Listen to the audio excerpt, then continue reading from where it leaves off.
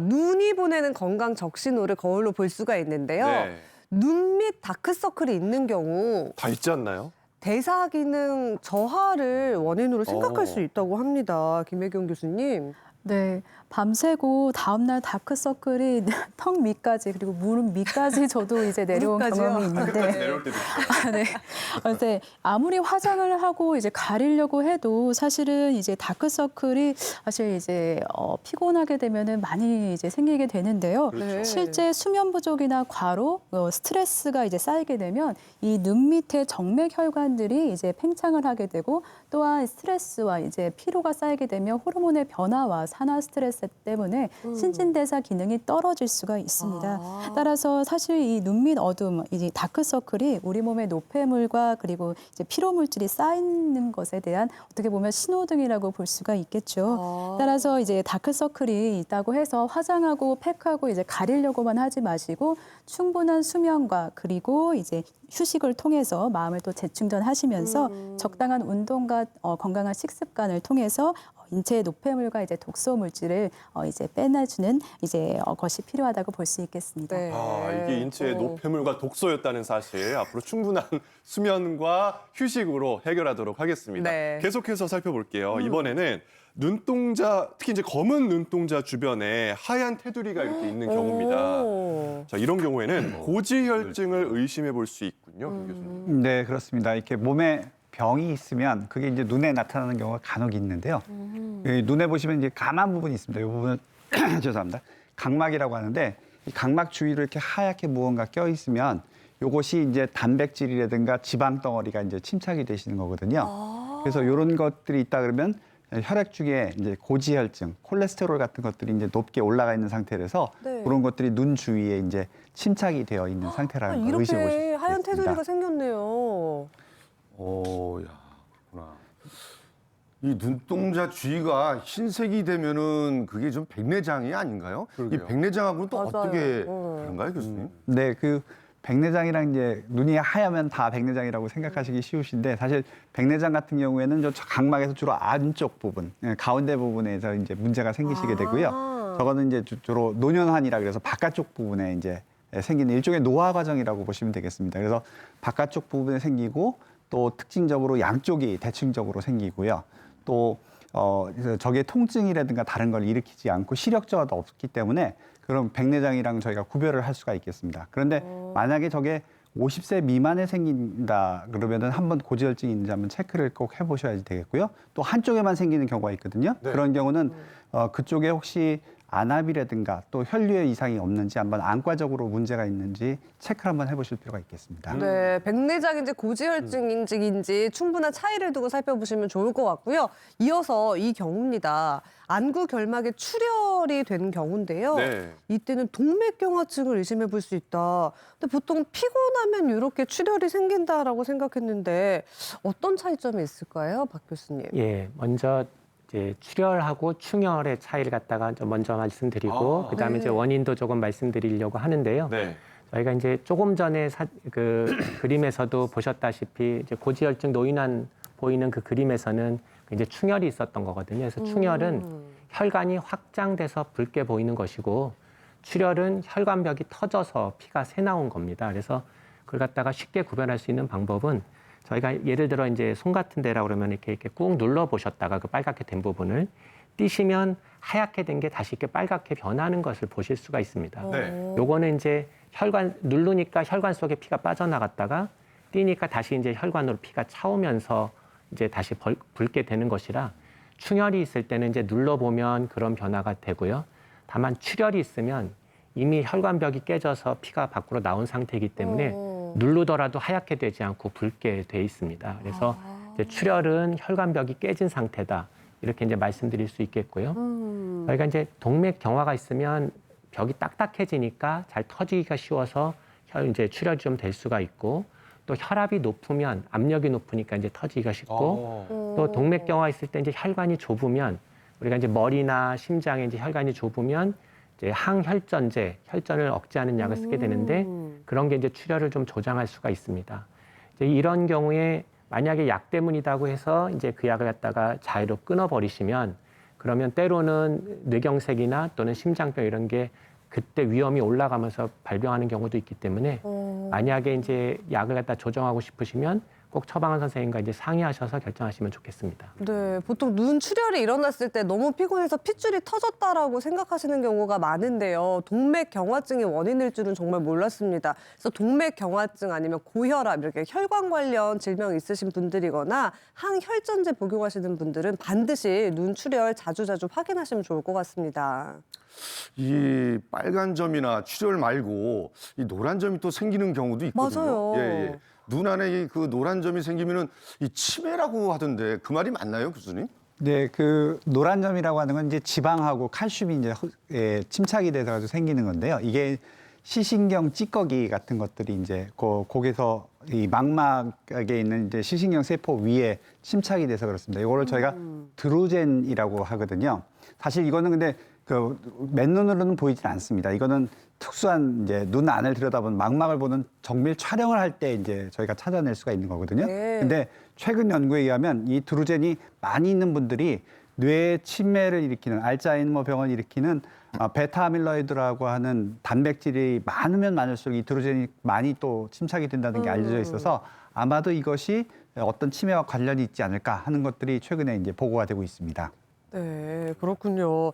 마지막 또 살펴보도록 하겠습니다. 이렇게 보이시는 경우가 있잖아요. 흐린 시야 그리고 복시 이게 뭐 두 개로 보이는 경우가 많은데요. 보통 노화라고 생각하실 수가 있는데 당뇨병을 원인으로 꼽을 수가 있다고요, 김범택 교수님. 네, 이 당뇨병은 단순하게 이제 시력이 떨어지는 것부터 시작을 해가지고요, 복시까지 굉장히 다양한 질환들을 일으키는데요. 특히 이제 당뇨병 때문에 백내장이라든가 녹내장 또 당뇨병성 망막증이 굉장히 생기기 쉽습니다. 그렇기 때문에 당뇨병이 있으시는 분들 또는 이유 없이 예를 들어서 시력이 점점 떨어지신다거나 야간 시력이 특히 좀 많이 떨어지신 분들 뭔가 자꾸 뭐가 떠다니신다든가 네. 물체가 휘신다거나 이런 증상이 있는 분들은 반드시 한번 눈 안에 문제가 없으신지 촬영을 해보시는 게 좋겠고요. 특히 당뇨가 있으신 분들 같은 경우에는 1년에 꼭 한 번은 망막을 촬영을 해보시고 아까 말씀드린 백내장이라든가 녹내장 또 이 당뇨병성 망막증이 없는지를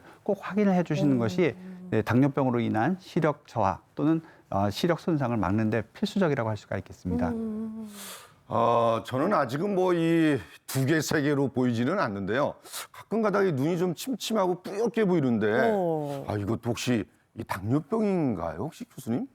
예, 뭐 먼저 이제 두 개, 세 개로 보이지는 않는다고 하시니까 이제 그건 다행인데 조금 전에 이제 질문에서도 있었지만 두 개로 보이냐 여러 개로 보이냐는 중요합니다. 그래서 그 구별을 갖다 하나 좀 말씀드리면 만약에 양쪽 눈으로 봤을 때는 두 개로 보이는데 한쪽 눈을 가려보니까 하나로 보인다고 하면 그거는 눈이 이제 조화롭게 움직여야 되는데 조화롭게 움직이지 못한다는 뜻이고 그거는 이제 뇌신경이나 또는 당뇨병에 의해서 어떤 그 눈을 움직이는 신경에 장애가 있을 때 나타날 수 있거든요. 그래서 제가 말씀드린 그것은 분명히 눈이 그렇게 보일 때 구별을 하셔야 되고요.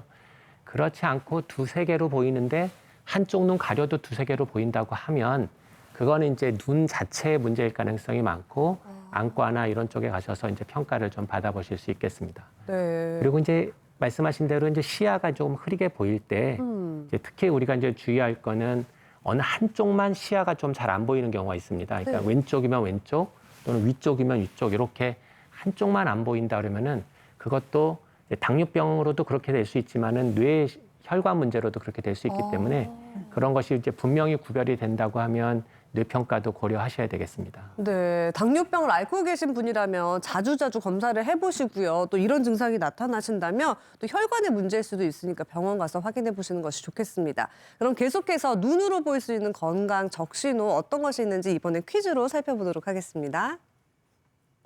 네, 모나리자는 갑상선 질환을 앓고 있었다? OX. 김덕현 선생님. 저는 X로 봅니다.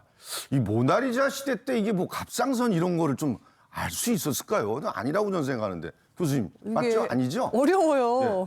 네. 정답은 그림만 봤을 때 O입니다.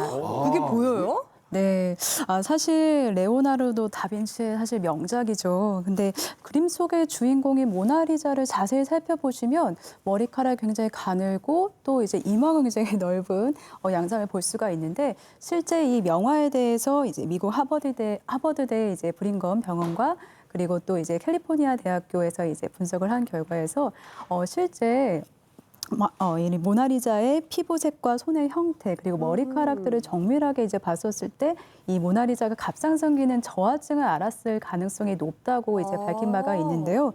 이제 연구진들이 봤었을 때 머리카락이 가늘고 그로 인해서 탈모가 진행되면서 이제 이마가 넓어지고 또 실제 이제 손이 약간 부어 보이는 부종이 갑상선 기능 저하증의 이제 증상이라고 볼 수가 있기 때문에 실제 이러한 이제 탈모가 또 심해지고 또 이제 손이나 발에 이제 붓기가 이제 증가가 될 수 있습니다. 네. 이제 다음 이제 PPT에 대한 이제 사진, 눈썹 사진을 같이 이제 보시면 네. 특히 이러한 그림처럼 바깥쪽 눈썹이 또 이제 빠지는 증상이 또 갑상선 저하증을 또 의심해야 될 이제 부분인데요. 하지만 이제 나이가 드시고 일반적으로 이제 생기는 탈모라고 소홀히 지나치기가 쉽기 때문에 주의가 필요합니다. 네, 그냥 그림일 수도 있겠지만 교수님 말씀 듣고 보니까 앞으로 모나리자 보게 되면은 왠지 마음 한켠이 굉장히 걱정스러워지고 좀 안쓰럽게 느껴질 것 같습니다. 네. 네, 계속해서 다음 두 번째 문제 보겠습니다.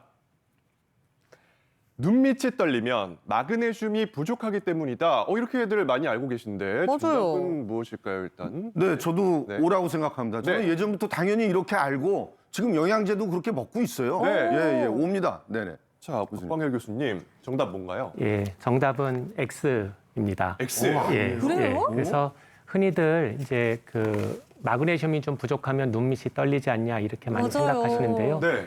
우리가 일반적인 식사에서 마그네슘이 부족한 경우는 거의 없고요. 그다음에 마그네슘을 실제로 보충한다 하더라도 효과도 뚜렷하게 있지는 않은 것으로 이렇게 알려져 있습니다. 대개 이제 눈밑이 살짝 떨리는 병은 대개는 어느 정도 시간이 지나면 저절로 좋아지는 경우가 많은데 드물게 반쪽 얼굴 연축이라 해서 그 한쪽 얼굴이 이렇게 다 수축되는 병이 있는데 네. 그거의 초기 증상으로 나타나는 경우가 있습니다. 예, 관련된 것은 이제 영상이 좀 준비가 된 것이 있어서 보시면서 얘기 들으시면 되겠습니다. 네.